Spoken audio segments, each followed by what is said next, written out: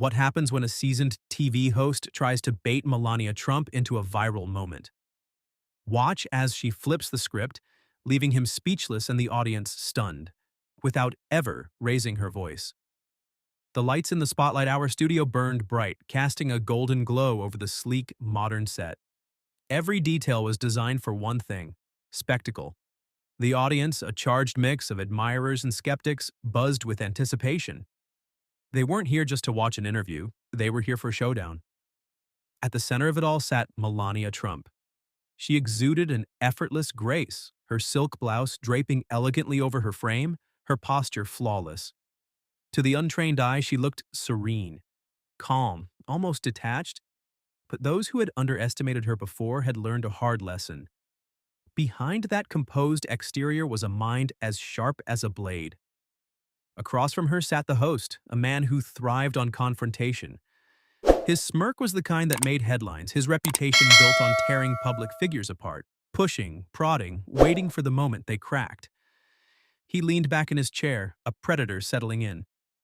"So, Melania," he began, drawing out her name with an air of casual amusement. "Now that you're out of Washington, I imagine life is a little easier?" The words were light, but the meaning wasn't.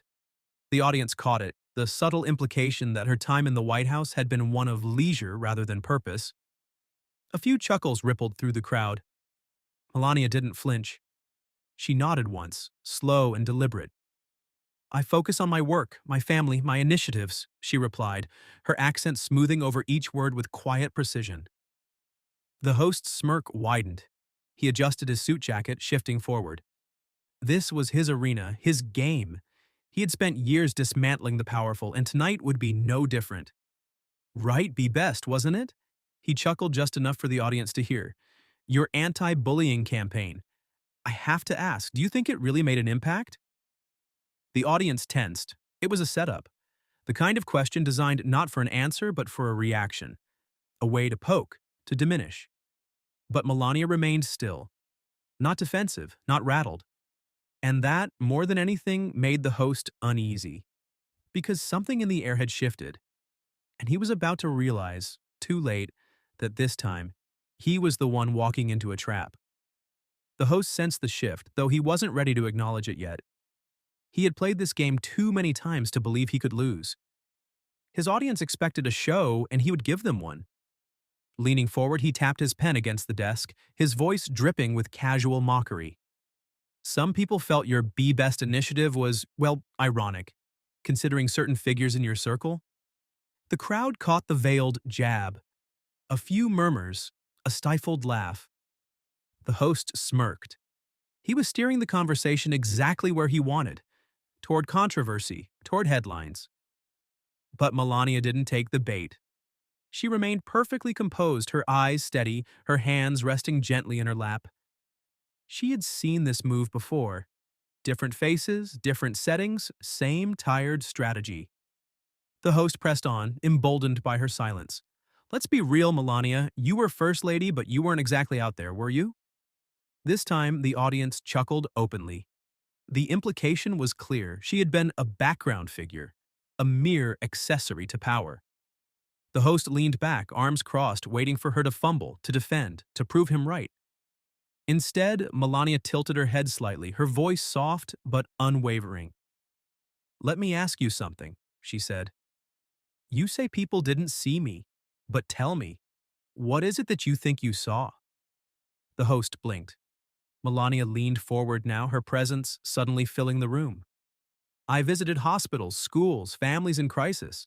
I met with world leaders, but because I did not perform for your cameras the way you wanted, you say I was not present." The audience wasn't laughing anymore. And for the first time, the host looked unsure. The host shifted in his seat, the confidence in his smirk beginning to falter. He had expected defensiveness, a nervous laugh, maybe even an outburst. Instead, he was met with something far more unsettling: complete control. Melania Trump sat poised, unmoved by his tactics. She wasn't scrambling to defend herself. She wasn't playing his game. She was rewriting the rules in real time. "Well," he said, clearing his throat, forcing a chuckle, "I wasn't saying you were invisible, Melania. just that people might have expected more. Weak. Even he could hear it. Melania allowed a small, knowing smile, not of amusement, but understanding. She had seen men like him before. "You think I should have shouted more," she said, her voice even. "Demanded more attention. Made myself louder so you would notice." The audience was silent now, hanging on her every word.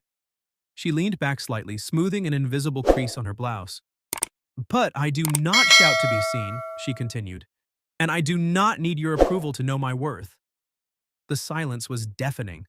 Then applause, at first hesitant. Then it grew, rolling through the studio like a wave. Some audience members clapped, others cheered. The host sat frozen, his rehearsed playbook crumbling in real time. He let out a hollow chuckle, glancing at the cameras, searching for a way out. But there wasn't one. The audience wasn't with him anymore. And Melania Trump had just turned his own stage against him. The host forced a smile, but the tension in his jaw betrayed him. He had walked into this interview thinking he was in control, but the energy in the room had shifted. And the worst part? He could feel it slipping through his fingers. "Look," he tried again, his voice lighter, almost pleading. "I'm just saying, historically, first ladies have been more, how do I put this, visible. Eleanor Roosevelt, Michelle Obama, even Hillary Clinton." A murmur ran through the audience. Some nodded. Others waited, eyes locked on Melania. She remained composed, watching him with a quiet confidence that made his forced charm look flimsy in comparison. "How much is enough for you?" she asked simply. The host hesitated. "In America," she continued, "we say we believe in dignity, in strength.